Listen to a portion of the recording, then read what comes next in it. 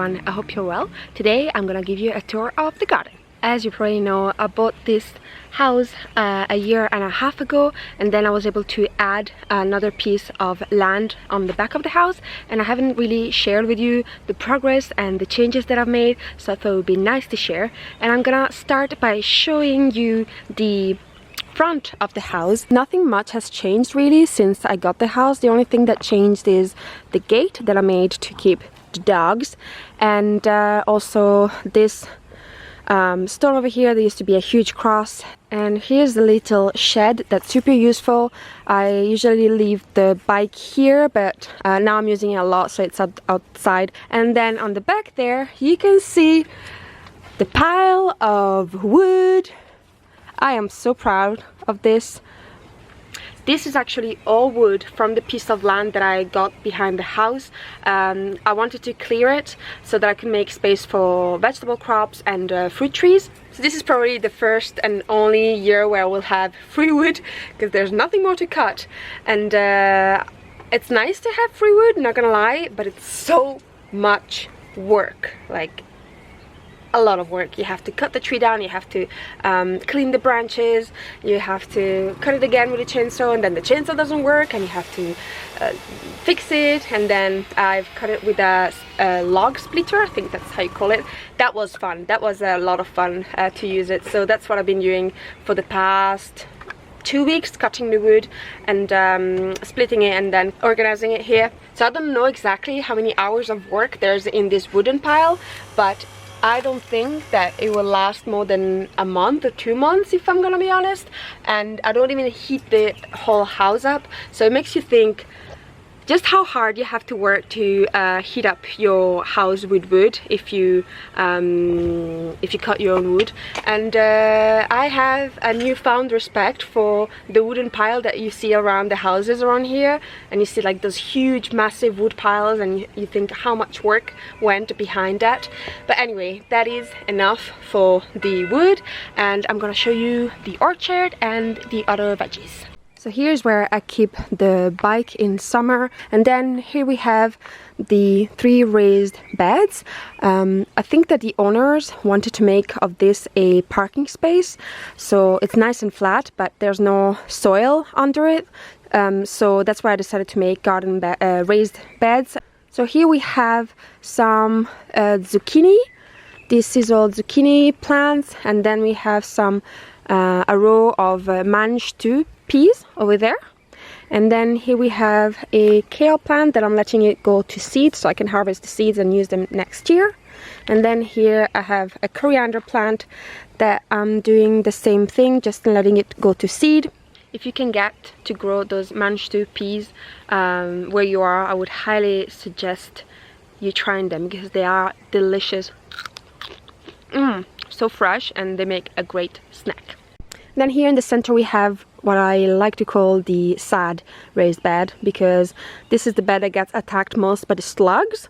And we have a sad looking zucchini plant and only a leaf left, and then those teepee things were supposed to be supports for the tomato plants that are in it, and I tried to put some netting to avoid the slugs getting it, but really they got in anyway. And in fact I think not many tomato plants survived, which is very unnerving, because I've been nursing those plants since April. I had grown them from seed and had reached like this size, so they were ready to be planted, and then the slugs just ate everything.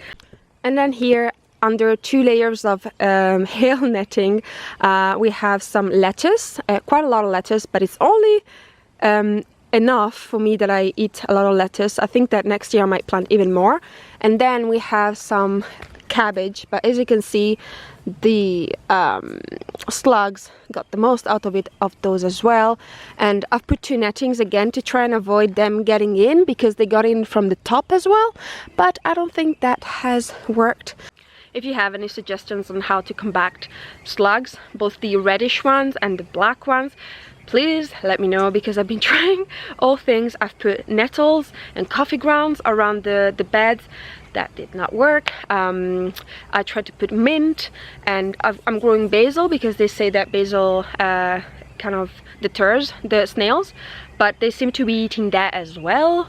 So let me know. I don't want to kill them.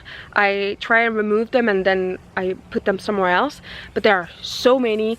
And I do realize that the mulching on top doesn't really help. I mulch everything with hay, and since the snails love moisture and darkness, then that is their perfect environment. But at the same time, I don't want to get rid of the mulching. So let me know if you have any suggestions. I'm all ears. And in here last year I made this step with wood, just because this part was well, as you can see, a little bit higher than this part, and it was kind of sloping down and it didn't look very good. So this was like a temporary solution, and then I'm thinking that I'm gonna make a stone wall that goes all the way around here so that it joins the stone wall that's in front, as you can see there. So from that wall onwards there's not really a good stone wall, so I would need to continue here to the corner and then all the way up there. That's gonna be a fun job. Now I'm gonna take you to my favorite part of the property, which is the orchard. So I've planted an apple tree, a pear tree, another apple tree, I like apples, and another pear tree. This tree, I really don't know what happened, because it was the tree that had the most growth and flowers in spring, and then this happened. And I don't know if it's because of an insect that I saw here. I think it's called an Osiorhynchus, but I don't think that they would do this much damage to the tree, so I really don't know what happened. Did it just need more water? But all the other ones are fine, so I really don't know. Then we have a beautiful fig tree that's doing well, a cherry tree, a pomegranate tree that's making a lot of beautiful red flowers, and a plum tree that's starting to make a few plums. So I'm really hoping that they're gonna get to ripen and that I'm gonna be able to try them out. Then if you saw my last video, then you'll know that I planted all around the orchard pumpkin plants, and some are doing well, some are not so well, and they also have been attacked by the slugs. And at the back of the garden I have a kind of compost section. Here's just a normal compost like kitchen scraps and some green cuttings, and I'm just realized that it's falling apart. Honestly, don't think that this was kind of a waste of time. I think that next time I'll just gonna put big pallets like this and just put everything in the middle like I did here. So here I have actually good soil, and this is soil that I take when I'm doing works like landscaping works, like I did with the wall down there. There was a lot of good soil, and then what I'm doing over there as well next to the road. So all the top soil I put it aside, and then I put it here so that I can use it for, you know, filling raised beds and things like that. And then here I have a compost pile just with wood chips and wood dust from cutting the wood those last few weeks. And I would like to just do an experiment and just have one pile of just wood, wooden compost. And also over there, as you can see, I added a 1,000-liter water container, and this is what I'm using mostly to water the orchard. And in the future I think I'm gonna connect a water hose to make the job a little bit easier. And here's the Majestic Wall, if you haven't seen it already. This was a dry install wall that I built in about 3 months, and this winter it was a big job. I didn't expect it to take that long, but it basically was a wall that fell down and had to be rebuilt. There was no way around it. As you can see, all of this is walled, and those are really old stone walls. They must be like 200 years old at least. So I'm really hoping that the plants are gonna start settling in, so it doesn't look as brand new. But anyway, all on the edge of the wall we've got hazelnut trees. I've got 5 hazelnut trees, and actually one at the end has already fruited. This is the tree that has already fruited a few hazelnuts, and I'm so proud of this little guy. I didn't expect to have hazelnuts the first year. As you can see, I'm leaving most of the area covered with grass. I'm not cutting it because I would like to keep as many flowers and just let nature do its own thing. I don't need this area anyway. I only cut it in places where I needed to plant things, like in the orchard where I planted the pumpkins, and also I wanted to let the fruit trees breathe a little bit, so that's why I cut it. And also I will need to cut those black locust trees because they are an infested species, and if you don't cut them they will just regrow the whole area, and I don't want that. And now I'm gonna be giving you an update on that little patch over there, which is the potato patch. So if you haven't seen my previous videos, then you won't know what the story is with the potato patch. But basically, I wanted to plant potatoes, but I didn't want to dig, especially not such a big area, because it's hot and it's back-breaking, and if there's a way not to do it, then I wanted to try. So what I did, I just put the potatoes directly on the floor, directly on the grass, and then I covered them with a deep layer of hay and a little bit of wood chips, and then I just let them do their thing.